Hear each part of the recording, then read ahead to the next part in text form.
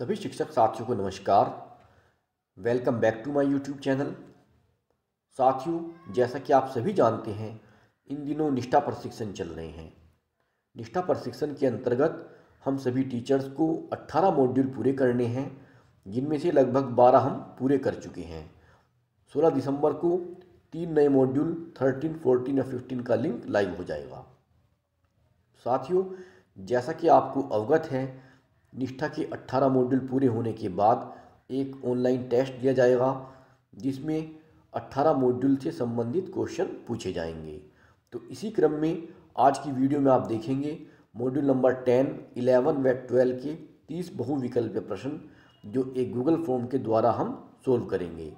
आप सभी शिक्षक भी मेरे साथ साथ अपना स्वमूल्यांकन कर सकते हैं। साथियों, अगर आप मेरे YouTube चैनल पर पहली बार विजिट कर रहे हैं या आपने अभी तक मेरा चैनल सब्सक्राइब नहीं किया है, तो आपसे विनम्र निवेदन है कि आप मेरा चैनल सब्सक्राइब करें, जिससे आपको इसी प्रकार की अन्य उपयोगी वीडियो समय समय पर मिलती रहा करें।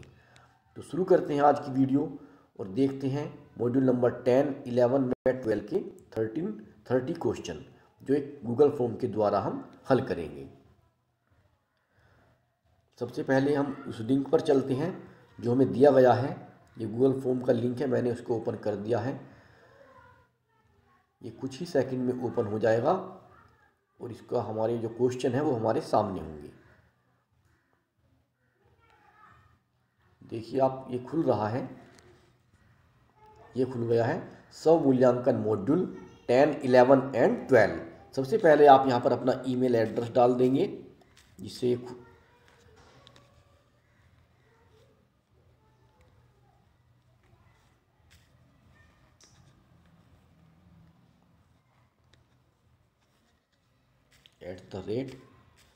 @gmail.com यहाँ पर आप लिख देंगे अपना। आप यहाँ पर कुछ भी अपना नाम डाल सकते हैं, डिस्ट्रिक्ट डाल दीजिए। तो हमें फॉर्मेलिटी टाइप करना है, ताकि जिससे हम इसको आगे बढ़ा सकें।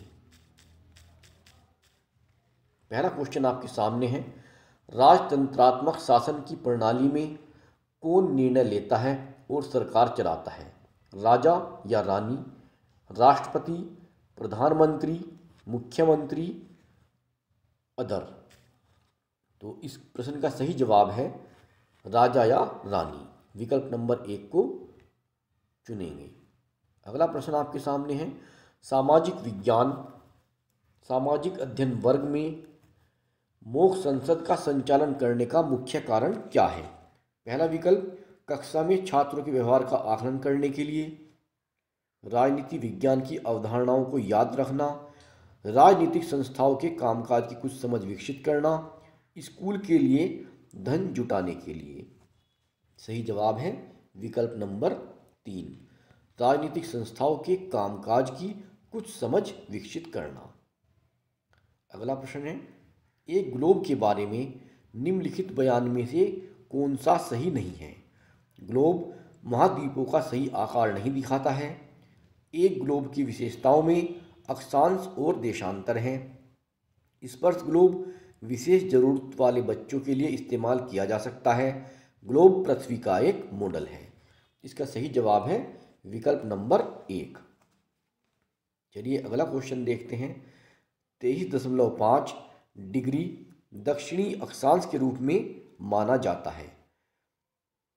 जाना जाता है कर्क रेखा, मकर रेखा, भूमध्य रेखा, मानक मध्याह्न रेखा।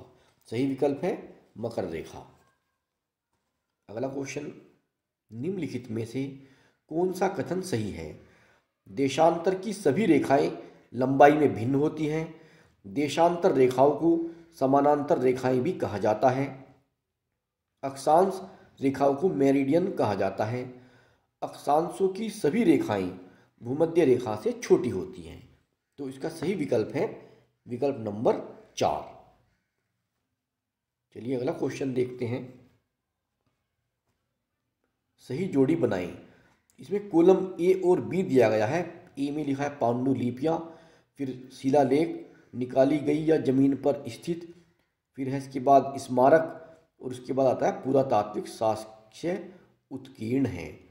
तो साथियों, इनका मिलान करना है हमें कॉलम ए का बी से। तो इसमें हम ए को मिलाएंगे 3 से। पांडुलिपियाँ जो कि हस्तलिखित प्राचीन पुस्तकें हैं। शिलालेख निकाली गई या जमीन पर स्थित, यानी कि ये एक प्रकार के लेखन होते हैं जो या तो पत्थर की सतह पर या धातु पर उनको उत्कीर्ण किया जाता है। यानी कि अब आता है सी, स्मारक। स्मारक का मतलब है अतीत से संबंधित इमारतें या तो जमीन से खोदकर या निकाली गई होती हैं ये। नंबर 4 पे है पुरातात्विक साक्ष्य, उत्कीर्ण, यानी कि वे चीज़ें जमीन से खोदकर निकाली जाती हैं। तो इस तरह से इसका सही जवाब होगा विकल्प नंबर 1। चलिए अगला क्वेश्चन देखते हैं। साहित्यिक स्रोत हैं पत्थर के औजार, मिट्टी के बर्तन, जले हुए अनाज। दूसरा विकल्प इमारतों, गड्ढे में घर, सिक्का। तीसरा विकल्प है महाकाल, ये महाकाव्य है, गलत छपा हुआ है, महाकाव्य, पुराण, स्मृति और ग्लोब, नक्शे, जानवरों की हड्डियां। सही जवाब है विकल्प नंबर 3, महाकाव्य, पुराण और स्मृति। इसको विकल्प नंबर 3 का चुनाव करेंगे इसमें। अगला क्वेश्चन देखते हैं। विभिन्न आजीविकाओं के बारे में पढ़ाते समय निम्नलिखित में से कौन सी विधि सबसे उपयुक्त होगी? इसका सही जवाब होगा पहला विकल्प है व्याख्यान विधि का उपयोग करना, पाठ्य पुस्तक को जोर से पढ़ना, ड्रा लिखें और चर्चा करें, बहस का आयोजन। सही जवाब है विकल्प नंबर 3, ड्रा लिखें और चर्चा करें। अगला क्वेश्चन देखते हैं। कौन सी विधि शिक्षार्थी द्वारा इस सीखने के प्रतिफल की योग्यता को प्राप्त करने के लिए सबसे सटीक होगी? जांच करने की क्या लोगों के पास जीविका कमाने के समान अवसर हैं? पहला है व्याख्यान विधि का उपयोग करना, पूरा करने हेतु दिया गया कार्य, परियोजना आधारित ज्ञान, केवल पाठ्य पुस्तकों से पढ़ना। सही विकल्प है परियोजना आधारित ज्ञान। चलिए अगला क्वेश्चन देखते हैं। सामाजिक विज्ञान का पठन पाठन बढ़ावा देता है। उच्च स्तर पर इन विषयों का अध्ययन सामाजिक और राजनीतिक मुद्दों पर सरकार के नजरिए का, स्वतंत्रता, विश्वास और विविधता के लिए सम्मान जैसे मानवीय मूल्य, पाठ्य पुस्तक में व्यक्त किए गए विचारों को जानने और उनका पालन करने की क्षमता। इसका सही जवाब है विकल्प नंबर 3, सामाजिक विज्ञान का पठन पाठन स्वतंत्रता, विश्वास और विविधता के लिए सम्मान जैसे मान्य मूल्य के लिए बढ़ावा देता है। विकल्प नंबर 3। अगला क्वेश्चन है। निम्नलिखित में से कौन सा पढ़ने के समय करने का कार्य है?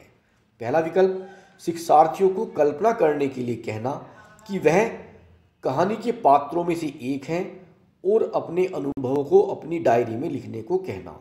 दूसरा विकल्प है शिक्षक का पाठकों के विचार के बारे में शिक्षार्थियों के साथ एक संपूर्ण कक्षा गतिविधि के रूप में चर्चा करना। तीसरा विकल्प शिक्षक का घर से पाठ पढ़कर आना और कक्षा में उसी को पढ़ाना। चौथा विकल्प है कक्षा को 4 या 2 के समूहों में विभाजित करना और पाठ को बारी बारी से पढ़वाना।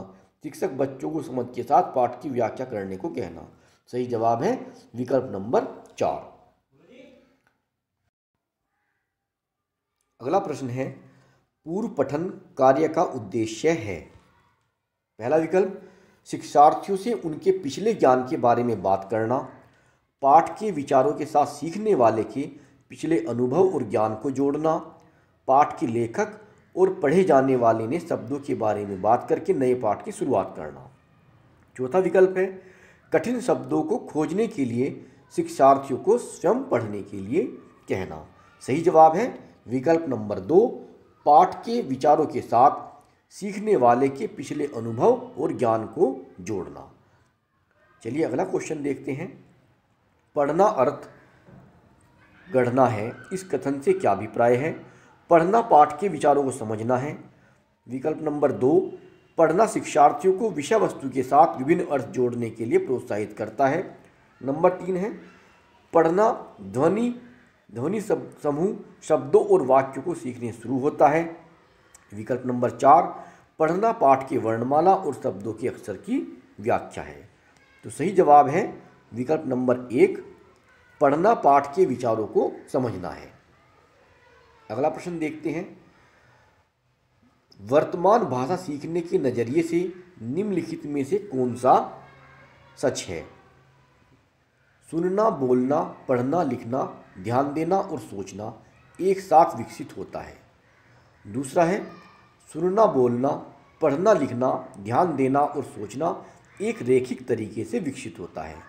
नंबर 3 पर है, लिखने से पहले सुनना, बोलना और पढ़ना विकसित होता है। और नंबर 4 पे है, लेखक एक भाषा सीखने में शिक्षार्थियों द्वारा विकसित किए जाने वाला अंतिम कौशल है। सही जवाब है, इसमें जो पहला सेंटेंस है सत्य है, तो विकल्प नंबर 1 को चुनेंगे। पहला विकल्प सही है। अगला प्रश्न है, जब बच्चे स्कूल में प्रवेश करते हैं तो हमें, पहला विकल्प, उन्हें वर्णमाला के अक्षर पढ़ाना शुरू करना है, भाषा कौशल का निर्माण करना है, मौखिककरण साधनों के माध्यम से भाषा के साथ परिचित कराना है। विकल्प नंबर 4, वाक्य और कहानियाँ पढ़ने के लिए उन्हें पढ़ाना शुरू करना है। सही जवाब है विकल्प नंबर 3, मौखिककरण साधनों के माध्यम से परिचित कराना है। अगला प्रश्न, निम्नलिखित में से कौन सा कथन सही है? पहला, मातृभाषा दूसरी भाषा की शिक्षा में हस्तक्षेप करती है। दूसरी भाषा सीखने में मातृभाषा न तो समर्थन करती है और न ही हस्तक्षेप करती है। नंबर 3 पर है, मातृभाषा दूसरी भाषा सीखने के लिए एक संसाधन है। नंबर 4, मातृभाषा दूसरी भाषा सीखने का समर्थन करती है। इसका सही जवाब है विकल्प नंबर 1, जिसमें कथन 3 और 4 को सही बताया गया है। अगला प्रश्न देखते हैं, बच्चे मानव सीखता है बहुत प्रयास से मातृभाषा, बिना किसी प्रयास के विदेशी भाषा, काफ़ी प्रयास के बिना मातृभाषा, स्कूल में केवल मातृभाषा। सही जवाब है विकल्प नंबर 3, काफ़ी प्रयास के बिना मातृभाषा। अगला क्वेश्चन, भाषा सीखने में केंद्रीयता का अर्थ है। सभी विषय वस्तु सीखना मूल रूप से भाषा सीखना है। सभी भाषा सीखना मूल रूप से विषय वस्तु सीखना है। नंबर 3 पर है, भाषा शिक्षण का केंद्रीय उद्देश्य केवल विषय वस्तु पर केंद्रित है। विषय वस्तु को भाषा की चिंता नहीं करनी चाहिए। सही जवाब है विकल्प नंबर 1, सभी विषय वस्तु सीखना मूल रूप से भाषा सीखना है। अगला क्वेश्चन, मातृभाषा आधारित बहुभाषिकता क्या है? स्कूल में सभी बच्चे केवल एक ही भाषा और अंग्रेजी सीखते हैं। दूसरा विकल्प है, सभी बच्चे सीखने के प्रारंभिक वर्षों के दौरान अधिक से अधिक भाषाएं सीखते हैं। नंबर 3 पर है, सभी बच्चे अपनी मातृभाषा में स्कूली शिक्षा शुरू करते हैं और कई भाषाओं को जोड़ते हुए आगे बढ़ते हैं।